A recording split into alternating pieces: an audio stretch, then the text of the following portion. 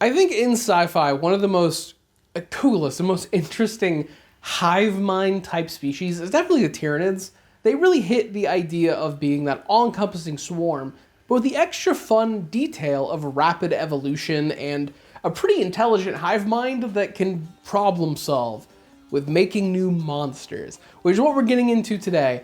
I was looking through the Tyranid species list and how many different forms they have, and it was way more than I thought. So I thought, pretty fun to go through. So in this video, it's going to be a top 10 of the scariest, most awful Tyranids you could encounter if they were invading your planet. In no main order. I don't deal with that. I don't know how to rank how scary these bugs are. First up, we got the Malok. You know what's a terrifying thing to deal with in any story or just any situation? Sandworms. You know, the sound of sandworms that burrow under the earth and then they hear your footsteps walking above you and they spring out. Yeah, the Malok's that, but times 10.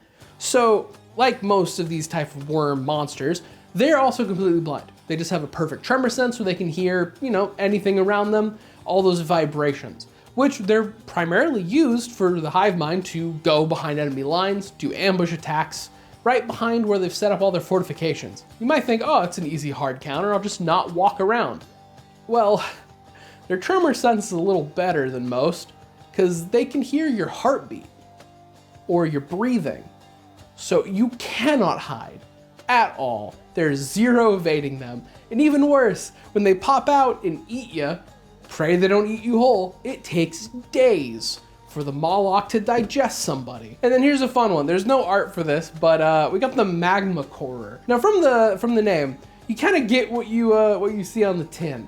This thing burrows through the ground, reaching down through the mantle, the hard rock, whatever that layer is called, until you get to the magma near the core. The whole time it is spitting out this sap to kind of block the tunnel it's digging as it's digging that deep, till eventually all those just gases, those gas pockets underneath the earth, all that magma, the pressure starts building up until that little seal it made pop. And all of that gas, all of that magma, or both, completely come out and explode to the surface, killing everybody within a fuck ton of miles from that burrowing point. So there aren't a lot of details on this. It's like a White Dwarf article. But I gotta say, the one hope I think most people had when going around the NIDS, oh man, at least they don't have the Exterminatus option. At least they can't crack a planet. They can. It's just with this weird magma burrower. I don't fully get the reason why they do this. Maybe all that gas in magma makes just a biomass smoothie. I really hope you're not squeamish about the concept of bugs burrowing into you. That's gonna come up a lot. But in this one, the Parasite of Morex, a creature that, Jesus fucking Christ. So when it swoops down, it injects you with Ripper parasites, which in the matter of maybe hours, maybe even a day or two, or a couple of your heartbeats, Ripper parasites come out of your body, eating you from inside, and then they come out and then eat you from the outside. This is a creature that is especially terrifying because of its snowball capability. When it first came up, the Tyranids were facing this PDF group that was really stuck in, it was hard to get around. So they made a couple of these, sent them to the main defense line, and then now a bunch of guardsmen are popping into bugs, and then more. And then more, and then more, till the entire planet was covered in these little fucking larvae. And that's not the end of the little tiny parasite creatures. Now this one fucks me up directly. This is a cortex leech. So this little face hugger, it jumps on your face, sends its little feelers into your ears, nose, and eyeballs, going right into your brain to directly control you for the hive mind. Where now the hive mind can direct your actions and you have nothing you can say about it. I imagine the primary use of this is either fucking up a really strong defensive position by making the inside attack its own kind, or making people willingly walk right into the arms of a loving Tyranid as they're ready to engulf the biomass. Here's a fun question. What do you get when you cross a bug and a Night Lord? Well, that's how you get the Death Leaper. This thing is a terror troop. It's horrific. So the best way I can describe this creature is by telling you its first appearance in 40k. So this thing, it's part of a kind of forward strike force. These are scouts for the Tyranids. This is an advanced form of that.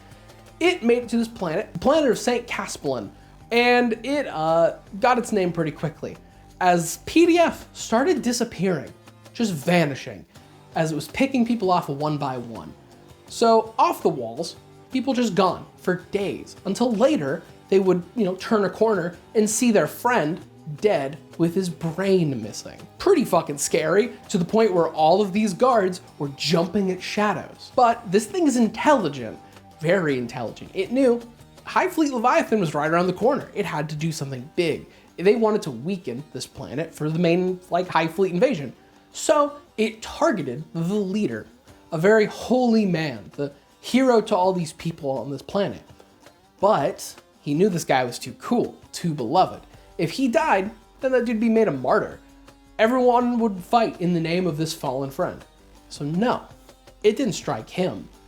It snuck into his base, his headquarters, his stronghold, in a meeting he was had, and killed every single one of his advisors right in front of him. And then just stared him down and left.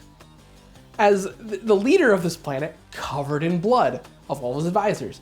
10 days later, the Death Leaper did it again. More of his allies killed in front of him as it just went back in the shadows. And then it did it again 10 days later, and again 10 days later, until eventually this guy fucking snapped, because of course you would.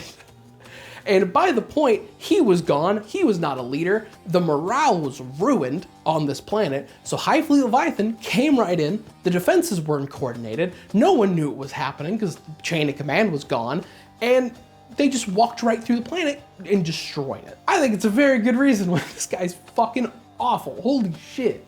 You know what's worse than a big bug? The bug that's the size of a warlord titan. This is the Hierophant. This thing is a walking gun platform, but organic. It has a fuck ton of melee weapons, guns, tentacles that lash out if you get too close, and just to put a little extra shit icing on top, it has poison sacs that excrete this gas that kills anything that isn't a Tyranid. And you wanna know the worst part? The part that is disgusting.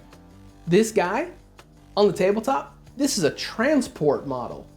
You can fit 20 bugs into this guy to transport it around. Like a school bus driver dropping the kids off, but it's Tyranid guards murdering you. Also, this model is so fucking cool, I gotta say. I was gonna get into Nids, gonna play some of the big monsters, Crusher Stampede, now's the thing.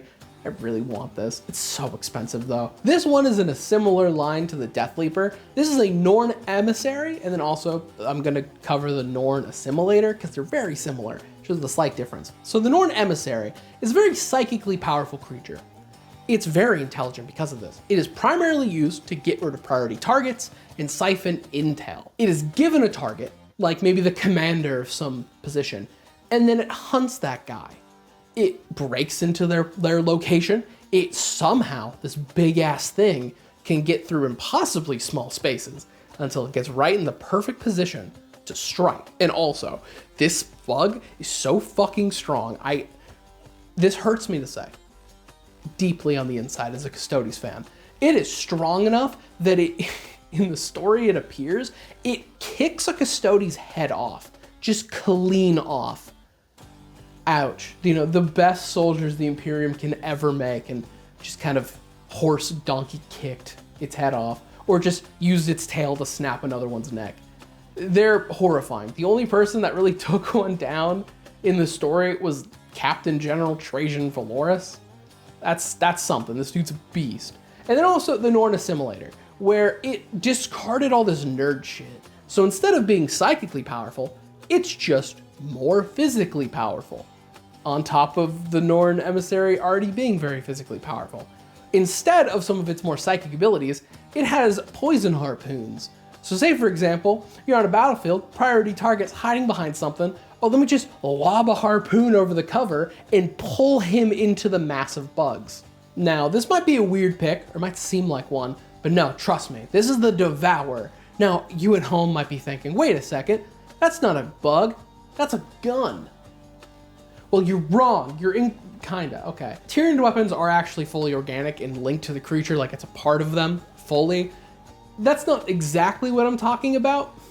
I'm talking about what's inside the gun. Inside this gun are flesh worms. In fact, some of the tubes you see, that is oxygen intake and food intake for these worms. Now, they launch these worms and they fly forward, finding and connecting to flesh, burrowing inside. Now here's another issue about the flesh worms when they get you. You wanna know what their favorite food is? Your brain and nervous system. So they get into your body, they find your nerves and chew their way up till they get to your brain. So I hope they don't shoot you in like your feet or something. That's a long ass way to travel. But oh man, I'm okay, I'm wearing armor. No, because it's a Tyranid thing, they're highly acidic. So if they don't hit flesh, they pop and then melt away the armor. Oh, now you got wormholes in your armor for them to burrow right through. God damn. This is fucking disgusting. This one's on a similar line to the Hierophant. What would you get if you crossed a bug in a fighter jet? This is the Herodin. The Herodin's also very cool on the tabletop. It was very powerful. So this is like legitimately the closest thing they have to a fighter jet big model. It is a creature that screams through the skies with also a lot of guns. It's another mobile gun battery. And yeah, it also is kind of a transport unit because it gives birth to gargoyles, who are flying Tyranid warriors with guns. Because yeah, every single big nid just makes more. There's also a fun little fact about the gargoyles. Gargoyles can't really fly that far. They have a really short range. So if you have a Herodin nearby, they just kind of grab on and have it guide them, and then they just drop from it like parachuters. Also, fun little fact, I learned about this. So the Herodin has no legs, so no one has ever seen in universe a Herodin land, to the point where people are in debate on whether or not the Herodin, once it starts flying, can stop flying. No one knows. However, they are really fucking quick and agile. It might not be as fast as a fighter jet because it's got wings, it doesn't got jet engines. However, good luck shooting it because it'll just wriggle around like a snake in the air, dodging everything. Now, since this list isn't in any way ranked, I saved a fun one for last.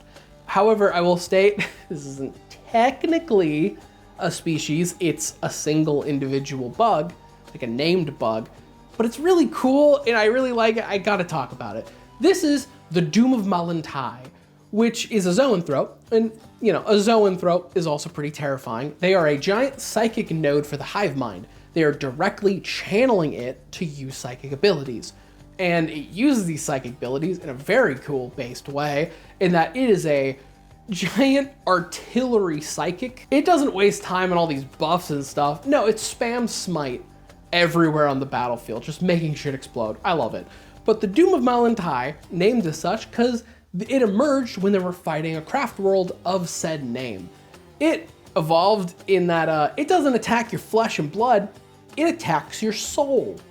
And it eats your soul. Extra fucked up because he's fighting Eldar, but this thing attacked through the Eldar and was feasting, having a great old time.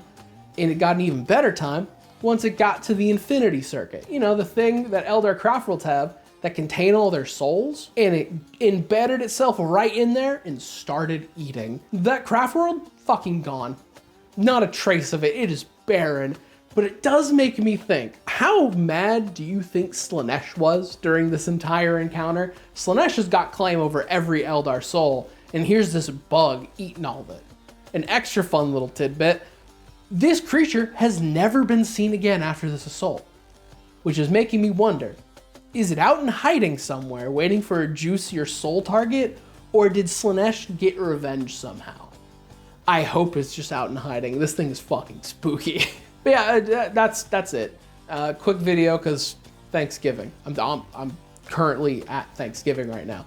But anyways, yeah, if you like this, like, comment, subscribe, do that stuff, join membership, and see ya.